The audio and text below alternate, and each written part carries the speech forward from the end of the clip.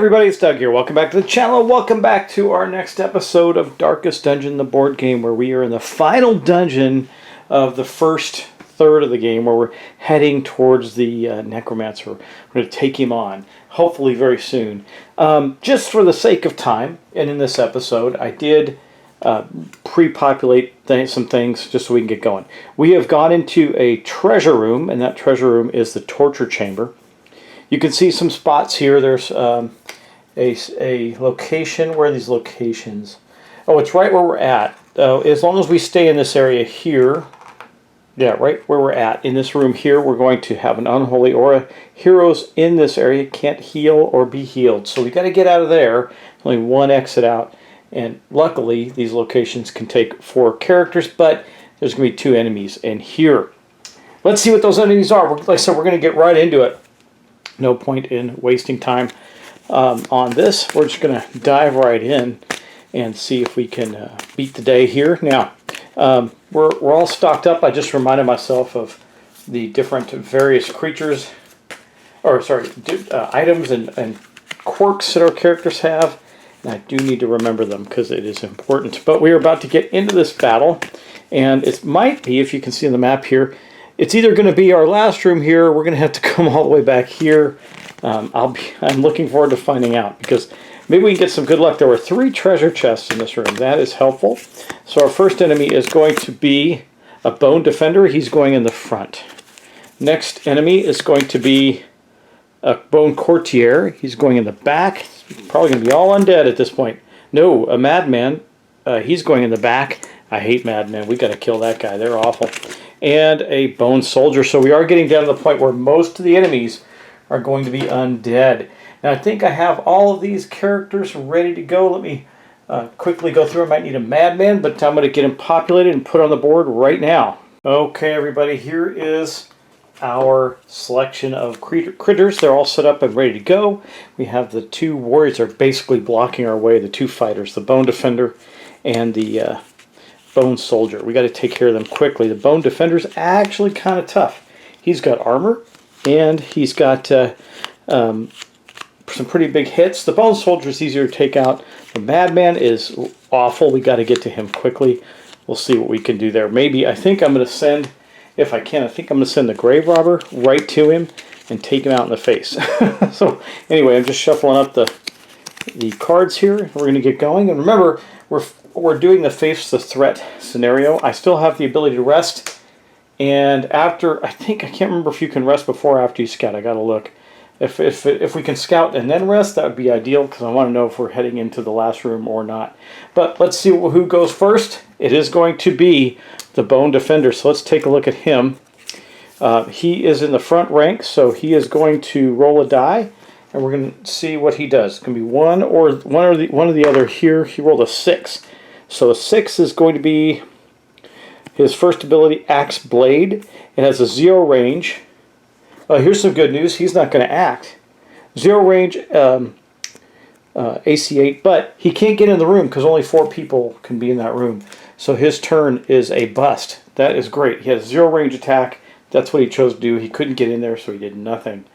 I love when that happens. It really works in our favor. Let's see who goes next. Our Hellion is going next. Now, we, however, can get into that room, and I think she's going to. She's going to step into here for 1, and she is going to attack. She could go after, you know what, maybe I have her go right after she's got a movement of 2. She can go kill the madman in 1 shot. She's going to do that. She moves into here, that's 2 movement, and attacks the madman. I gotta look that up. I'm pretty sure there's no rules about moving through bad guys. I think you can do it. I'm going to double check. I was correct. You can move through enemies. You just can't stop at a space where everybody's occupied. So she could have moved into here. She could here or here with her movement. So let's see. What's she going to do? She's going to do her big level 2 ability, Wicked Hack. It's got an AC of 9. The madman has 1 defense. So 2 defense rather. So that means a 7 or under. Let's roll for our wonderful warrior here. See if she can take him out. A 4. She did not crit. Her critical is a 2. but she did hit for 9. What does that do for the Madman? The Madman has 10. That is amazing. Now, it does not have any defense or anything like that, so he's still alive. Unfortunately, we're going to have to try and take him out real quick, I think. The reason I want to take him out fast is they do a massive amount of stress, and we don't want that. That can be worse of a killer in the game than taking damage. Now, we do have to get our Hellion healed. She does have 10 of 14 health, so I don't want her going into a final battle with that. We got to do something about that. Hopefully we'll get the rest. Okay, but that was her turn. So next up we have the Bone Soldier is going next. Now let's see what he does. If he's in the first rings, he's doing 1. So he's actually going to be able to attack. Well, he can move anyway, but he doesn't need to. So he will attack at range 1 to the most wounded. That's actually our Hellion. That is not good. He's got a 9, an 8 to attack the Hellion. So 8 or better. Oh, I didn't think about this. We probably should have taken him out. The Hellion is the most wounded and 1 away, so he didn't even have to move. He just saunters over here and swings at her. Hopefully he misses. With a 5, he does not. So that is going to be, 5 damage. Guess what, y'all? This is the first time this has happened in this scenario, but our Hellion might die. Now, we don't have to roll that this turn, but we do have to roll it next turn. She is on death's door. I'm going to put this die on her death's door spot on her card, so we remember it for her next turn. If she doesn't get healed, she will die, or could die, rather. And that was his turn. He didn't even need to move. Man, that actually, wow, that's bad news for us, isn't it? That might change the game a little bit on what we do. Next up is the Highwayman. Now, I do need to take out these bone fighter types. They're bad. So I could get in there and do an open vein on the bone soldier, bone defender rather, or you could flat out kill the bone soldier. Right, the bone soldier has 7 health. Bone defender has 10. Oh, you know who should be fighting the bone defender is our grave robber. She ignored her pick to the face, ignores armor. And what does armor do? Let me find the card, reference card. Armor, protection. A protected character takes only half damage. So we definitely want to attack this big guy with her. So for our for our Highwayman, I think can't get anybody into here. I think he's going to step into here. We don't want anybody in here. They can't get healed or anything. So he's going to step into there, and I think he will attack using his open vein. He's got open vein 2. The bone soldier is immune to bleed, so we can't use that, but we can use our wicked slice. It will do enough. If he hits, it will do enough to kill him. Let's see if we can get him dead. So that will be let me see, does he have a defense? He has no defense. That is good. So we basically need, with our wicked hack, we need a 9. We rolled an 8, just barely hit, but it was enough to take him out in 1 shot. So the bone soldier is gone. The bone defender's still there, but that was worth it. That was worth it. Okay. Let's see here. I mixed out an initiative card for some reason. I don't know why. I'm going to put it back in just because it might have been one of our people. I'll shuffle them up a little bit again. This one, though, is out of the scenario. Okay. And then these folks move forward, so they are now shifted in position. Next up, we have the Madman is going next. What is the Madman going to do? He's going to roll a die. Rolled an 8. An 8 is going to be accusation. He's going to do the most stressed. Who's the most stressed? That is 1, 2, 3, 4. 1, 2, 3, 4. 1, 2. Well, that's I guess my choice.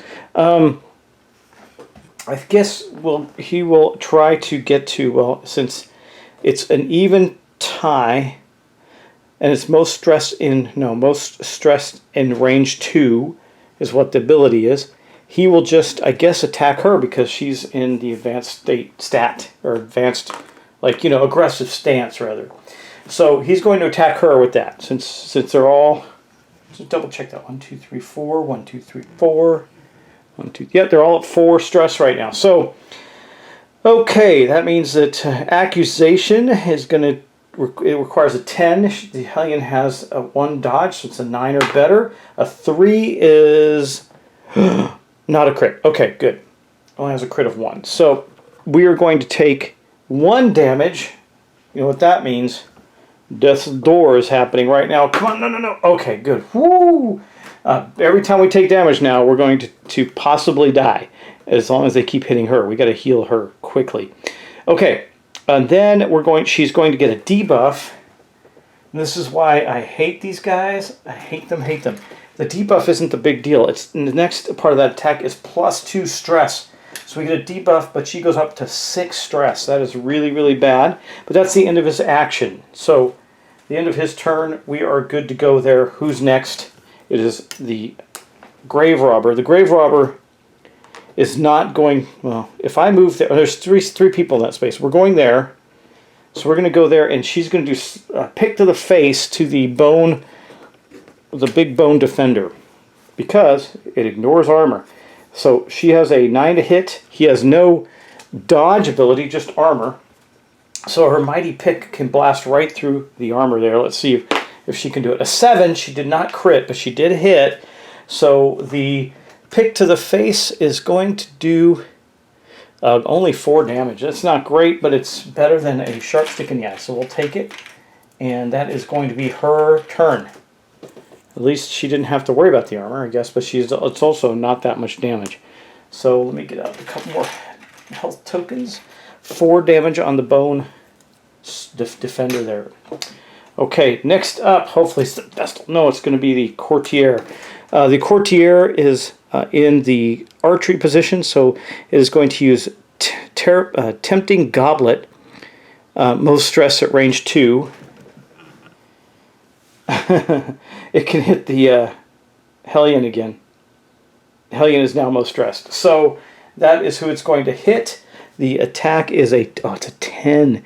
So it has to roll a 10 to miss. An 8, it did hit. Oh my gosh. Let's see, we roll. Oh no, the Hellion is dead just right before we go into the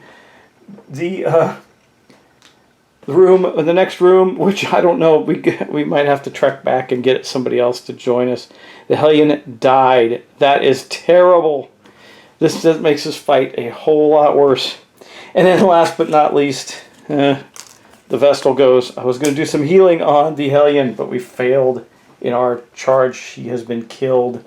Her Death's Door chance failed. So what is she going to do? This big guy is immune to... he's not immune to stun. I could stun him with Dazzling Light and increase our torch up. Or, let me see, what else can I do? What else can I do? I can attack. I can heal. She can heal. She could do some healing. Who's got damage? Well, the only one that had any significant damage was the Hellion. So that's the end of that. I think she needs to do some damage. Let's see. She could flat out move. She can move into here and flat out kill this guy. Use Dazzling Light, increase our light, or she can hit him with it. She won't do much damage, but she could stun him. Of course, I don't think he's going to have to move. I don't know if stunning works the same for monsters as it does for... Let's see. Stun. When removed, skip your first action. If it's a hero, skip the whole turn. If it's a hero, skip the whole turn if it's a monster. So much better against monsters. I think she's going to do Dazzling Light on this guy because he's pretty deadly, and if he misses his next turn, that would be awesome. So Dazzling Light needs a 10. It doesn't matter. She can't really miss. She rolled a 7. So she's going to do 2 points of damage to him, putting him up to a 6. So there we go. 2 points of damage. He is now at a 6. And he is stunned for how many rounds? Let's see. Is it 1? I think it's just 1 round, but I'll take it. 1 round, and our torchlight goes up to 4, which means we're still in the +1 crit range, but she did not crit. That is the end of the round. Wow, what a bad round that was. We lost our main fighter, who had an upgraded ability to go in and take the Necromancer down. That was my mistake. I didn't do that right. I should have been more careful with the Hellion. However, it is what it is. So we're going to gather up all the initiative cards again, and we're going to go on the offensive. Hopefully we can take down one of these three this turn. We got 3 enemies left on the board. It is round 2 of 4. We haven't got any treasure yet, and our Hellion is dead. Not a good thing for us right now, but the Hellion comes off. Bummer. And that really sucks. She was doing great. Now we're in different positions, so I got to make sure that their abilities still work. I think they do. Yeah, they do. Okay, we're okay. We're okay. The Highwayman is now in the lead. Let's okay, I've shuffled these up enough, I think. I'm just going to give it a couple more because, you know, when they do stack up. And so let's keep okay, that should be enough, right? Yeah, okay. All right. Okay. All right, next, round 2. Let's see. Highwayman is going first. What does he want to do? Take out the... Yeah, he's going to move into here for his first action, and for his second action, he's going to Wicked Slice the Madman. Wicked Slice has a 9. The Madman has a defense of 2, so he needs a 7. Rolled a 4. He killed the Madman. The Madman is dead. Good, because we didn't want him around anyway. Now he's out for the rest of this time because of the Necromancer. Of course, we're about to finish it. Maybe we're going to have to take now a brand new character into the last room. I think that's how it works. I have to remember. I think as soon as you're down a party member, you get to replace them in between rooms. So, okay, that was our Highwayman. Next up, oh good, the Grave Robber goes. Grave Robber is... Do I attack? He's stunned. Courtier is dangerous. I think that she will... She does Poison Darts, not going to kill him. She could do Throw and Dagger, that's 4 out of 7, or she can move. Pick to the Face isn't going to kill him either. Her attacks aren't necessarily... Oh, she's buffed too, I got to remember that. She lost this buff token, so she has one more round of buff. Not going to matter much because... the circumstances, but I think she'll do, the Poison Darts will do more damage overall. So she's not going to move. She's going to hit with Poison Darts first on the Bone Courtier. Okay, so Poison Darts, it requires a 10, so an 8, a 4. So did she crit with those? No, it's a 2 to crit. But she did do 2 points of damage to the Bone Courtier, and she does 2 turns, 2 blight for 3 turns. I mean, that will kill it, but we don't have that kind of time. So it'll take some damage on its turn, though. That's good. And then for her second action, she could kill it and do a Throw and Dagger. Why don't we do that? Let's do it. She's going to throw a dagger at it next. Well, if she does it, she'll kill it, or she can throw a dagger, but it... Oh, no, she's going to pick to the face the big guy, right? Well, that's what's got to happen here. A 9. She did not miss. I'm glad she chose that instead because that just hit for 4. Remember, it ignores the armor, so he is now at... I'll get a 5 out. He is now at 10, which is just enough to kill him. Good job. Boom. Killed him dead. And so the stun didn't matter, but he is dead and gone. It just leaves the Bone Courtier and treasure. We're not going to get a lot of this treasure at the rate we're going. That is for sure. All right, next up is the Vestal. Man, do I want to get some stuff? She could stun this guy and not attack him. Do Dazzling Light. Not attack him, and then we can go get some treasure. Let's do that. We'll have 2 turns left. So she is going to use her Dazzling Light on him. Let's see what she gets. She rolled a 9. Did that hit? 10, 9, 8. It did not. It missed the Bone Courtier. So for her next action, she's going to do the same thing. A 7. That did hit. That will stun the Bone Courtier and do 2 more damage, I think it is. Dazzling Light, 3 more damage. So he is now at a 5. He's not dead yet, but he's not going to get to go next turn. And that will be the end of the round, I think. Because now so he hasn't gone yet, though, has he? This round. He has not. Oh, you know what? He's going to go before her. I just drew the card. He's actually going to go before her. So, boom, he's going next. He's going next. So what would he have done? Tempting Goblet. He is now in the aggressive stance. He would have done 2, which is Oh, Knife in the Dark. Okay. Knife in the Dark is 0 range, so you'd have moved in here and attacked the closest. So he would have attacked the Grave Robber. So let's see. Got out of sequence there. The Grave Robber is going to get hit potentially for 3. It is a 7 to hit. With the Grave Robber, that is now 5. So a good chance of missing an 8. It actually missed. So it came in swing and missed. She, then the Vestal, wait, now I got to check. Does Dazzling Light require range? It does. So she would have had to move. That's fine. She would have moved here. No, she couldn't have moved. Yeah, she moved here and hit him with Dazzling Light. That ends the round. Okay, so we only have 3 people to go. This is so terrible. I got my 3 heroes and my 1 enemy in the deck. Let's get it set up. Okay, here's our initiative deck. I want to try and get some of the treasure before we go. We are now in round 3, and our deck is greatly diminished.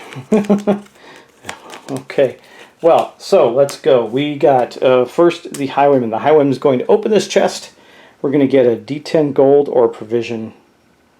I'm not too worked up about the provisions. I think I want the gold. A 7. That is great. So 5. There is a pile of gold for 5 and 2 more. 2 more little ones for 7. There we go. And there we go. 5, 6. Wait. Yeah, that's right. Those are 5s. Okay.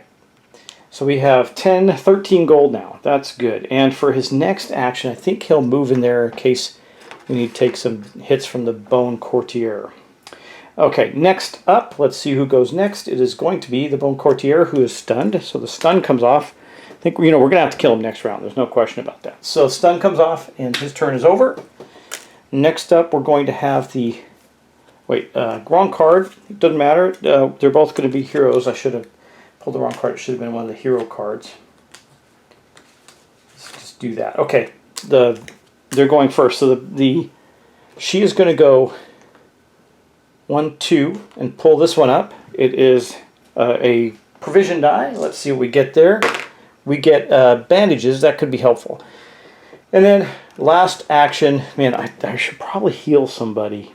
I think I'm going to do Divine Comfort on the... who's got damage? Well, yeah, I'm going to do... I know this is bad. It depends on who goes first next turn. She can do Divine Comfort on the Grave Robber. So she really can't miss. She rolled a 5, but she did not crit. So with Divine Comfort, she's got that beefed to level 2. So she's going to do 3 health healing to the Grave Robber. That heals the Grave Robber completely. And 3 health healing to herself, which heals her completely. So she is now undamaged, but we still have some stress on us. All right, and that is first action number 1. For action number 2, she'll stay where she's at. Okay, we're going into round 4. We got to kill this guy this round. Oh, I do need to take, even though he lost his turn, he does take 2 damage from bleeding. So, I think when he goes next turn... Oh, wait, that killed him. That killed him. So he is done. And that was really a bad... it shows you how quickly things can turn for us. He died, actually. Yeah, he died. He had 5, 6, 7. So he's dead, poisoned to death. And I think that means that was before... He went before the Vestal, right? Yeah, so the Vestal's not going to get the provision die. Okay. Or actually, I meant the... sorry, her. The provision die that we got from her roll. All right, well, that is the end of that. So he died of his own accord, and we are done with this dungeon room. Not a great room for us. So we'll return the heroes back right now, and then we're going to determine... I need to see what happens, remind myself what happens when somebody dies. Okay, well, I decided to go with the Crusader. And now, what we were able to do with the Crusader is I decided to level him up, give him some massive health damage and some resistances that are important. Because you're allowed to take the accumulated experience from the entire session and pay and get 2 upgrades. So I did 2 things. I was able to do 2 things. One was that, the Crusader, and the other one was this. I gave him Smite 2. So it's just an extra damage attack. Now remember, because he's second level, he has 3 other abilities. He's got Zealous Accusation, which is it hits 2 in 1 space away for damage. That's a good multi-hit card. I took Stunning Blow because, you know, stun, and that's really effective. Doesn't do a ton of damage, but it can stun a big enemy. It can't stun the Necromancer. I think he's immune. And Bulwark of Faith, which he basically puts armor on himself, but he targets himself for 2 turns, targets himself for 3 turns, and gets +2 to the torch. So I thought that'd be an interesting change of pace. So basically, I'm going to get him out, get all his stuff ready to go. He will be on the board and moving into our next round. So we'll check that out when we come back. Now, I do have to remove one of the, I'll reach way across, one of these tokens from our stagecoach. That means that we only have one more person we can bring into the game before we don't have anybody else to bring. So we'll get the Crusader out. He's joined us now after the death of our mighty Hellion, who had done such a great thing for us and crit that big monster in the previous turn. And then we will get on to the scouting and maybe resting for the rest of the turn. Though I don't know that we need to now that I've looked at it. The only thing that's really bad is people's stress. But we can work that out, I think. We'll see. Anyway, we did complete that fight, though not to the way we would have wanted. See, things can turn pretty quickly in the game on you. But I don't think it's a bad thing bringing the Hellion in, because he does extra damage to Unholy. So he can do 10 damage in a normal hit using his Smite ability, because if they're Unholy, which most of the undead are. So this will be good for us as we wrap up this part of the dungeon, this first set of dungeons leading up to the Necromancer. So, okay, we'll be right back, and we'll get into perhaps the last room. We'll see. We're going to scout, and then we'll know if we have to backtrack. Okay, so here we are. About to... I think I can explore and then rest. So I want to see if this is our last location, or if this is, because it'll change what I do entirely. And it doesn't say anything. It just says, you know, when I looked up resting, it just says you all have to do it as a party. You have to do it before, you know, in a room that you've already explored. I mean, this room is cleared, so you think we can rest there. You know, that would be my guess. And then when I'm looking at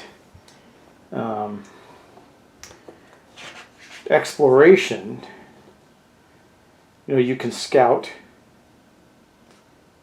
But it doesn't say, again, it doesn't say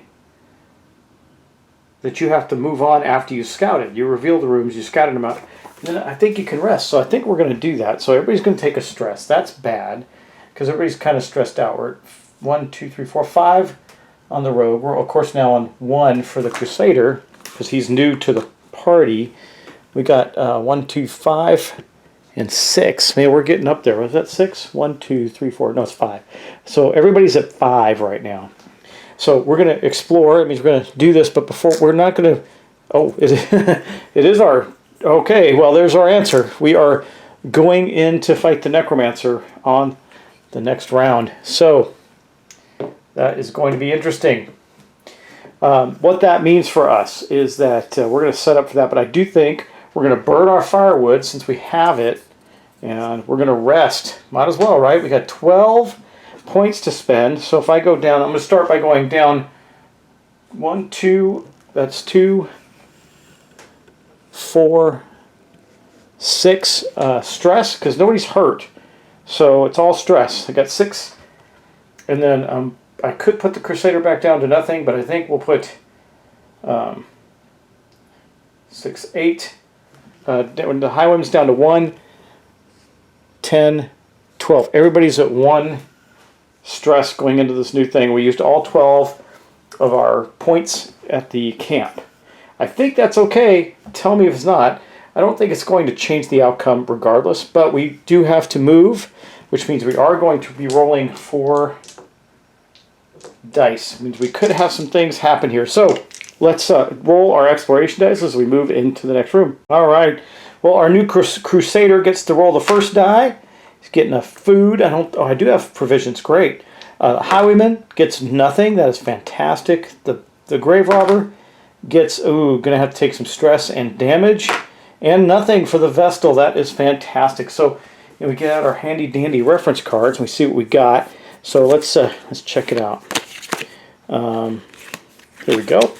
So we got a food, hunger, consume 1 food or suffer 2 damage per hero level. We're in level 1, so we're going to consume a food, and that is gone without any issue. Highwayman has no problem. The Grave Robber, however, has rubble. We're going to consume a tool. We don't have any tools left, so we're going to suffer 1 damage and 1 stress. So she, let me get out a point of damage for her. She now has a damage, and she's up 1 stress. And this buff on her is not there, so I'll take it off. It's gone now. And then, of course, the Vestal had a blank die as well. So that is it for the exploration. It is time. It is time to go after the Necromancer. Let me get that set up, and we'll be ready to go. All right, well, here we are with the initial setup. You notice there is no treasure on this. It's just us and the Necromancer going at it. And this is the level 1 Necromancer card. So, as you can see, he does a lot of summoning. And while doing damage tests, will also summon things. Has quite a bit of movement. So we'll see how he reacts as we get going. But there's also some special rules we have to deal with. Let's get the boss out and see what we have to do for the Necromancer. It's got a whole section in the book right here under the Necromancer. It says, when you face the Necromancer, follow these steps. Find the Necromancer room card. That is what we've done. This is room tile 10. This is the Necromancer's actual room. And how do I know that? I should get this out because there are some special circumstances here. Here is the room right here. Necromancer's room, tile 10. You can see it says boss. We'll put that out, though it doesn't matter that much. Okay, we did that. We're going to place the Necromancer's battle card and miniature on the aggressive stance. We did that. On the monster stance tracker and on the room. We did that. Boom, done. Okay. Shuffle 1 initiative card for the Necromancer into the initiative deck. Only 1? Find, I thought they had more than 1 action, but it says shuffle 1. Okay. Find a Bone Rubble or Bone Soldier or Bone Spearman, depending on the boss's level, cards and the miniatures, and have them on hand. I have them on hand. We're going to be okay there. So you can see that I think that's supposed to be Bone Rabble because we had to have that. You can see the Bone Rabble. Yeah, Bone Rabble. Okay. When the Necromancer is defeated, remove all the... Okay. Shuffle the initiative cards. Alright, we are ready to go. So that's interesting that the Necromancer, the level 1 Necromancer, only has 1 action. But of course it summons things on its turn. So, and, I didn't know if you noticed, 77 hit points. So, and my heavy hitter, the Hellion, is gone. So we're just doing a quick shuffle of the initiative cards. Hopefully we get to go before the Necromancer does. Let's see if that's true. And, okay, you ready? Let's do it. Okay, so first off, it is going to be the Crusader. Now, the Crusader has a movement of 1, so he cannot get anywhere near the Necromancer this turn, but he can move for 1. He's going to move to here, and then he's going to do his Bulwark of Faith. So we are going to get 2 defense tokens, or armor tokens I like to call them because it sounds better. Armor tokens for the Crusader, and then we're going to get 3 marked tokens. That means that the Crusader is actually marked. But remember that armor makes it so he takes half damage during that period. And the torch goes up by 2, which means it goes up to 5. That's the highest it can go. And it's at its maximum. And that is his entire turn. So he's got some defenses going. Hopefully it won't be too bad. We'll see. I don't know what the I'm kind of letting the Necromancer play out. I don't know. Our Highwayman goes next. Well, it's time to do some damage, I guess. I don't think I want everybody ganged up. The Highwayman can move 2. He's got his pistol shot has a range of 2. So I think he's going to go 1 to here to the side.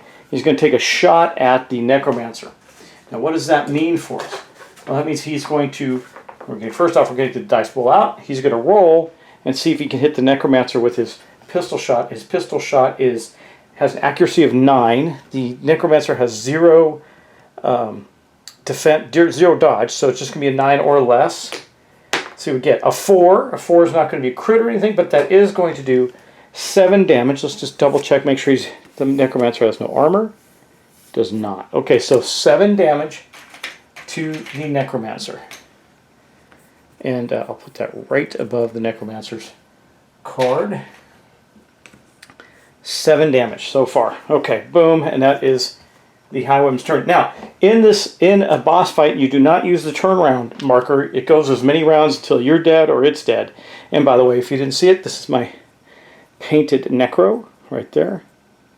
He's got his scrolls, stuff hanging from his belt. He's got his long scroll that he's doing his horrible chants from. And this was all painted using speed paints and that slop chop type methodology. But anyway, hope you like it. Okay, that is the end of the Highwayman's turns. Who's next? It is going to be the Grave Robber. What can the Grave Robber do? Now, the Necromancer is not immune to blight, so there's some options there. We could start blighting this guy, start doing damage. We can get, yeah, because if we do that, then we start using our other skills, like our throw dagger. Blight, if they're blighted, they take more damage, so, and marked, but we're not going to get a mark. So she will move. Let me see. Her poison darts has a range of 2. She'll go here, and she's going to throw poison darts at the Necromancer. So we're charging in. We're throwing darts at the guy. The Crusader was waiting. He was going in by himself to actually take on the Necromancer when he ran into the 3 group of people who said, "We lost a member of our party. Can you help us?" And he chose to do that. There. That's my little bit of role playing into the scenario. All right. So the poison darts have an accuracy of 10 and no defense. So a 2 is not going to be a crit in this case because the torchlight is back up to normal. That means we have +1 dodge. It's back up to full. So we didn't get a crit. We would have, which would have just done 2 more damage. It's not that significant, but we do 2 more damage to him. So he's now at 5, 6, 9 damage, and he gets, let's see, he's going to get 2 blight tokens for 2-point blight tokens for 3 turns. Sorry, there. 3 turns of 2-point blight. It's always hard to figure out how to say that. There's the 3 turns of 2-point blight. And that's going to go right there. And that is the Grave Robber's turn. We got 2 cards left. The Necromancer goes now. Let's see what the Necromancer does. He's in aggressive stance. So we're going to do it. We're going to roll a die. Let's see what we get. We get a 7. What does a 7 give us down here? 7 to 10 is going to be his 3rd ability. 6 feet under. Oh, man, see, this is why I got everybody out of the area. It says most crowded by 2. It's an accuracy 10. Going to summon a bone rabble and push himself. Not that that matters that much. He's already at the front. Push will push him back. I got to look up push. Okay, so we are going to summon a bone rabble. I got to get that out. That is, and let me get the card. We'll get the bone rabble out into the play area. Now we should do this in order. So let's just do everything in the way we're supposed to do it. He's doing 6 feet under. It says the most crowded area. That's just, they're all 1, so it'll go toward the most aggressive, which is going to be our Crusader. That means it's going to then accuracy 10. Let's just roll. It can miss, but it didn't. It's going to push himself. So let's take a look at push on the, where is push? Push. It is not on here, so I'm going to look it up. I thought it was on the card, but I think I'm going to have to look in the book for it. Yeah, let me look in the book real quick on push so we can determine what he's going to do to himself here. Okay, so it says push or pull. This is a push, right? We're going to push 1. It says move the target closer, pull, or away, push. The skill users by X areas in addition move the target forward or backwards depending in stance, depending on the equal number of spaces, blah, blah, blah. And that's what we're going to do. So he pushes himself, which means I guess he's not going to actually, I guess he'd move back 1, but there's nowhere to go backwards. But he's going to push the bone rabble to the aggressive stance and himself into the next stance. Now then we're going to take an initiative card of the monsters, and we're going to shuffle it into the initiative deck. Yeah, I don't know. We'll roll a die to see which one gets drawn. How's that? Since I know there's only two, it'd be easy for me to tell which one's which. Okay, so, and remember, all this damage up here that I'm placing is on the Necromancer. Okay, so on his turn, he does take 2 points of blight damage. Can't forget that. That's important. Especially in this. Let's see, has he got 5 here? 1, 2, 3, 4. So he's going to take 1 more and another 5. So he's up to 11 points of damage. Not wonderful yet, but getting there. We're getting there slowly but surely, right? Okay, so then the Bone Rabble is in front, and that is not the complete turn. He also does +2 stress to the Crusader. So 1, 2 stress on him. That is not wonderful. I don't like that at all, but he's okay. All right, did no damage though. And then of course a Bone Rabble appears right here in the space that he was in. Okay, now let's see who goes first. I'm going to go 1 through 5, 6 through 10 on the bottom card. Let's roll, see what we get. 1 through 5. So it's going to be this one. So it's going to be our Vestal is going next. Now, the Vestal cannot stun the Necromancer, I don't believe. Cannot stun, immune.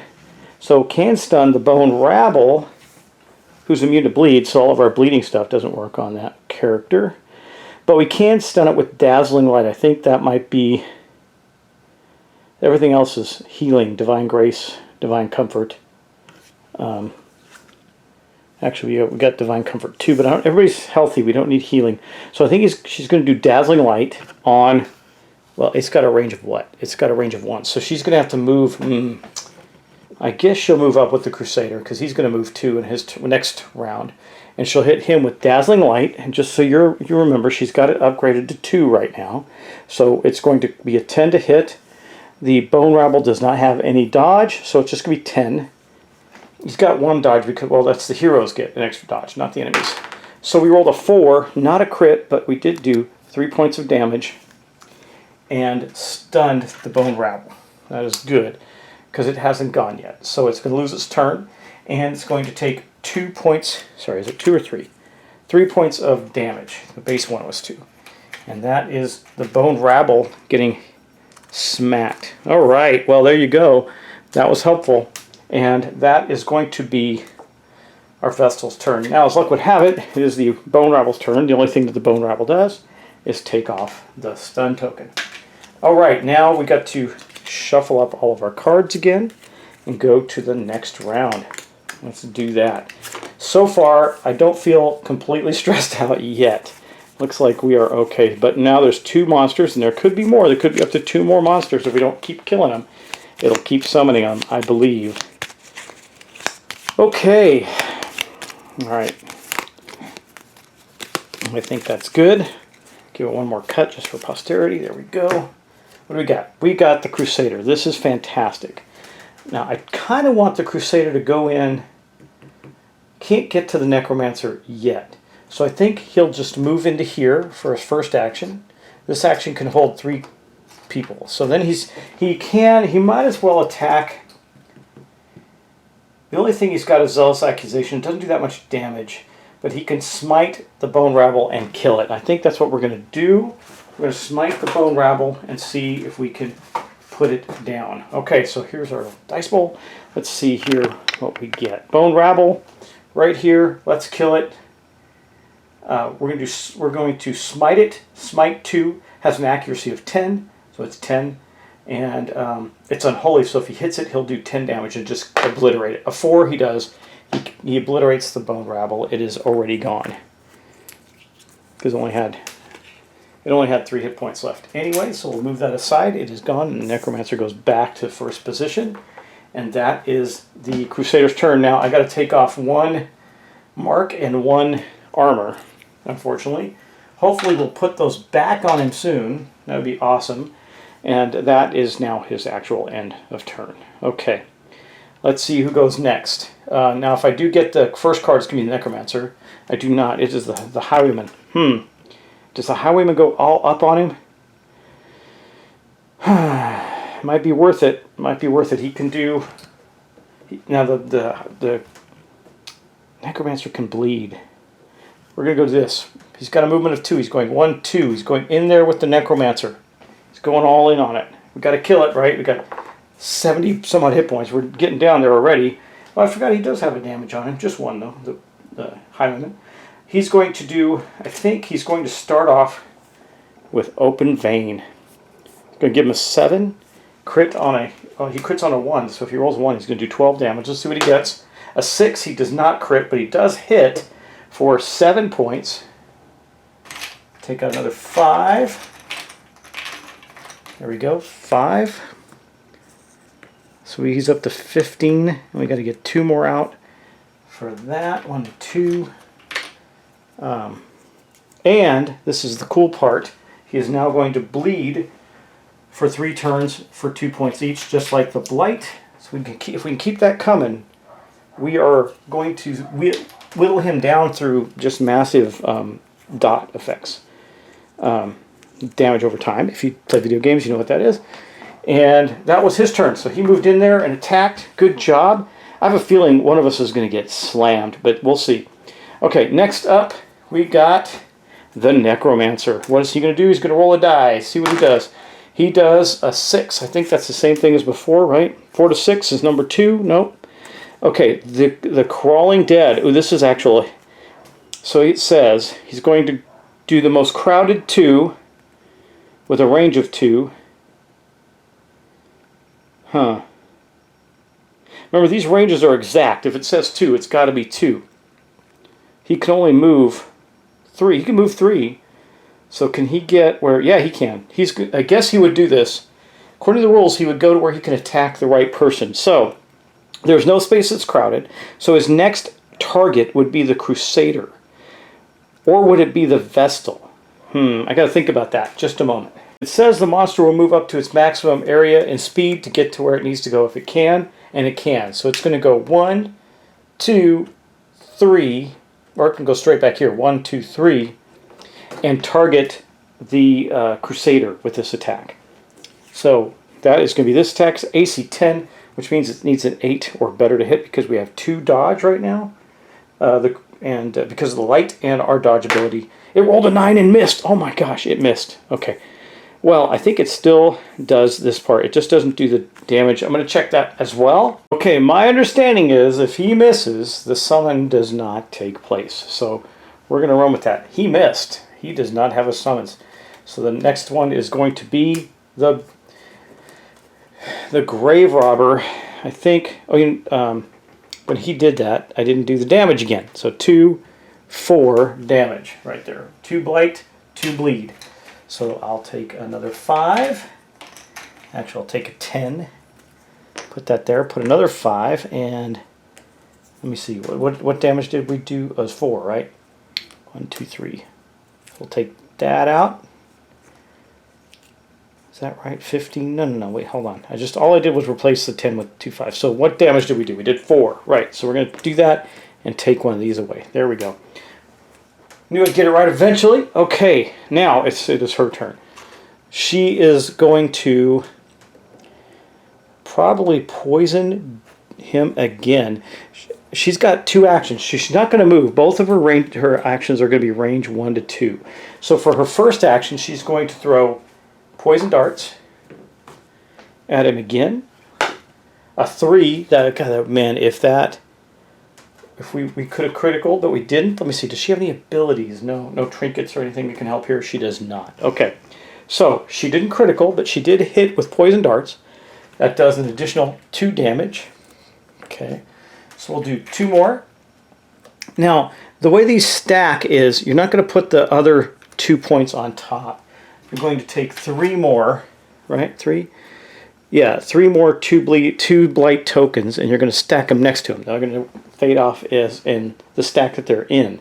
And that was the first attack, so that is done. Then the next attack, she's going to throw daggers. She gets +1 versus damage versus blighted monsters with her thrown dagger. So she's going to try and do that. Let's see, we'll get that out. Hopefully she rolls a crit or something and does some good damage. She didn't, but she did hit with a 5. That's going to do another 5 damage. So we'll take this, replace it with a 10, and then put a 5 there. We are up to 29 points of damage out of 77 in this round. Those are both her actions. So next up It's the monster, but he's dead, so we're going to take that out, and it is the Vestal. Now, the Vestal is right here. She's like, ooh, that guy's scary. I don't like him. She can't move that far. Or dazzling. She could do dazzling light again. At least it's doing. She can't stun the Necromancer, so there's not much point in doing that. But nobody's really hurt, so what can she do? What can she do? I think, well, she can just do dazzling light. It's not going to stun him, but at least it'll do a little bit of damage. So let's roll for that. That attack is a 10, and I'm just double checking. Nobody else needs anything. A 3. So she's going to do 3 points of damage. She would stun him and bring the fire up, but it's already at maximum. So we have 1, 2, 3, 4. So we're going to leave 1 here. Get another 5 out. There we go. Is that right? 4, 5. No, I need 2 more, right? I should have 2 more on there. Okay, God, math, Doug, math. Okay. It was 3 points, not 1 point. All right, or 2 rather. So actually, boom, there we go. That's correct. All right, that is her full action. That's everybody. Wow, that's interesting. Okay, so we're gonna go into the next round. Remember, this is do or die. We go until we defeat him or he defeats us. Here are the cards, and we're gonna shuffle them up again.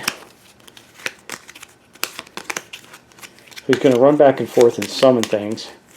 It's really rare that he misses, so that was an interesting thing. We'll do one more cut here. There we go. And see what we get. We get the hero. The Crusader goes next. The Crusader can only move 1, so he's going to move there. He first off loses his armor, and he's now marked. So I think he's going to move there. And since he can't get into the space with the Necromancer, he's going to do his Bulwark of Faith again. And beef that up. So there's 1 mark on him now. He's going to have 3 more turns of marked, which doesn't automatically mean the Necromancer hits him. It's just when he does, he gets a bonus. Let me show you. I think marked is on the cards that I can show you here, wherever they are. Marked character targeting a marked character gains +1 accuracy. So if he does attack, he gets more accuracy, but we have 2 rounds of armor, and of course it would beef the light up too, but that's not. There's no point in that. So there you have it. He is buffed, and that's what he did for his action. Unfortunately, because he only moves 1, so even though he's beefy, he can't get to him. Okay, it's going to be the Highwayman. Highwayman's he can move 2, I believe. Yes. So 1. Ooh, this is getting noisy. We're going to go 1, 2 over to here, and he will shoot the Necromancer with his pistol shot. With his next action. Pistol shot doesn't do a tremendous amount of damage, but it can. So it has an accuracy of 9, so it hits on a 9. I rolled a 10, and he missed, and that is his action. Wow, that's not good. Then the Grave Arbor goes. That is pretty awesome. I think we're going to continue with stacking all of the terrible damage on him. So action number 1, she's going to throw poison darts at him. Okay. A 5, so she hits again. That is going to be another 3 points of damage from poison darts. No, it's 2 points. 2 points of damage, right? Yeah. 2 points of damage from poison darts. I may have got that wrong last time, but that's okay. 4 points of damage there total. So 2 more on the stack right here, giving him 4, and then 2 more. We're gonna run out of blight tokens, but he's going to take a lot of damage in the next round. It's awesome. 3 more 2-point blights on him. And then for her next action, she's going to go throw daggers, which is a different ability. Her thrown dagger does do +1 damage versus blighted characters. She rolls a 10 and misses. Oh man, that's 2 misses. That is so unusual. And then we know he goes, right? So, yeah, the Vestal still goes. So actually, I didn't know that. The Vestal could have gone next, but it isn't. It's the Necromancer. I thought that was the last card. Okay, we're going to roll a d10 and see what the Necromancer does. First off, he takes 2, 4, 6, 8. Bam. That's pretty potent right there, right? So we'll just take 2 off of this stack here and give him another 10. Look at that. That is some serious damage going on there. That was good. Okay. And then he gets to go. So what is, we're going to roll a die for him. Let's see what he does. A 1. What's that going to do? 1 to 3. It's going to be the flesh is willing. Oh. So he's going to push. He's first going to attack with a 10 on the most crowded. So he's going to attack those 2. That means he'll hit both of them. Ooh, this does damage. Okay, well, yeah, it is what it is. Okay, he's attacking this space.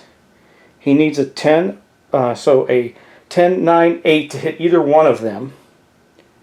Is that correct on the Vestal as well? No. A 9 to hit the Vestal, an 8 to hit the Crusader. He hit both of them. So they are going to take 5 points. No, wait. They're going to take 6 points each. Get that damage out. Actually, remember the Crusader was targeted, so he would have hit the Crusader anyway. But the Crusader only takes 3 points because he's got armor. Boom. So he just takes 3 of that damage. And then the Vestal, however, takes 6 points of damage. That's half the damage of the Vestal in one shot. So time for some healing, Vestal. Now you get to be important. Okay, the flesh is willing. Then he pushes himself. So he's going to go back 1. And another Bone Rabble is going to come into play. And we are going to shuffle in another card. So I'll do the same thing as I did before between the Vestal and the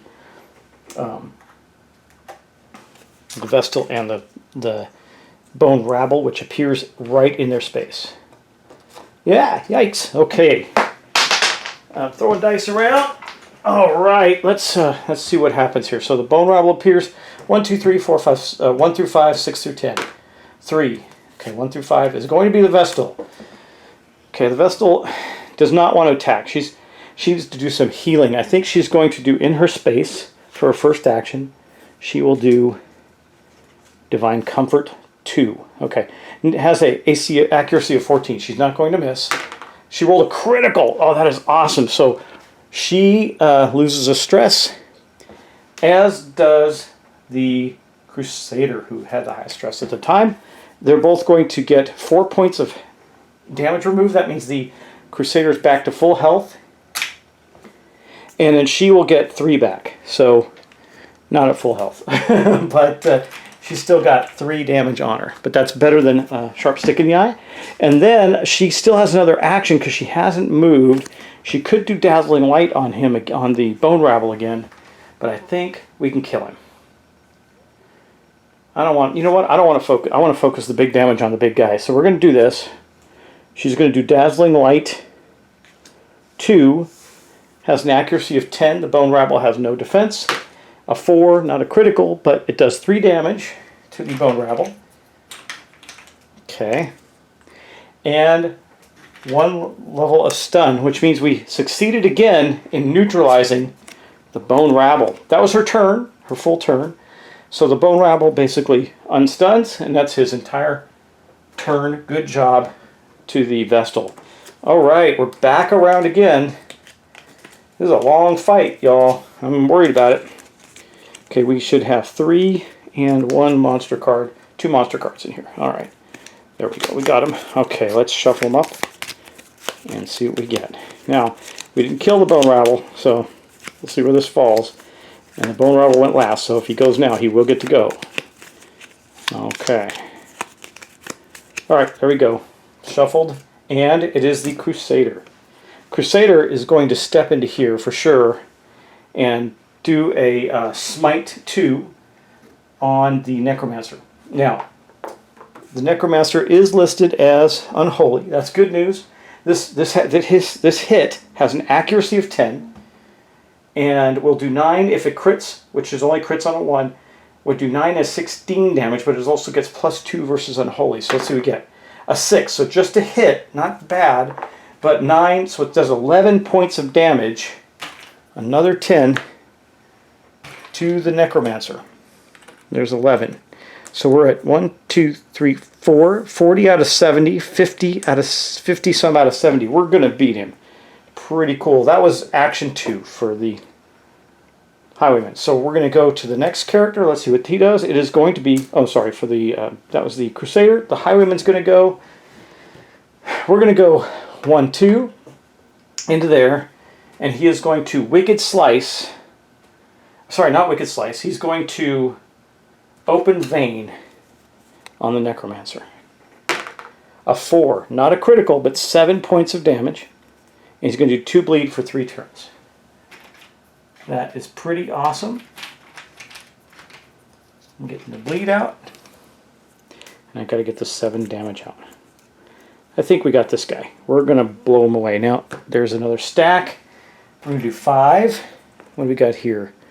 2, 3, 4, 5. Okay, so 10, what are we at? We are at 40, 50, 60 out of 77. 17 more to go. And that is his turn. Okay. Next up, we have the Grave Digger, the Grave Robber again. I think our tactic is working out. We're going to throw darts, throw poison darts at the Necromancer for an accuracy of 10. Rolls a 4. So that's going to be 1, 2, 3 more, another stack of blight. I think we're going to kill him as soon as his turn goes. We'll see. We'll see. He's going to take a lot of damage. A lot of damage. Okay, my stacks got a little messed up here. So one of the quirky, fiddly parts about the game is this. I haven't used any of their tools or anything. Like I could, I should be using that Blessed Charm to do extra bleed on this guy. And if he's still alive next turn, I'm going to, just to finish him off. Okay, then we're going to, so that was it, and then we got 7 damage to go, right? So it's going to be another 5. And 2 more. We got 10 left to go. 10 left to go to kill him. Whap! Okay, I think 2, 4, 6, 8, 10. He's dead. As soon as his turn comes up, he's dead.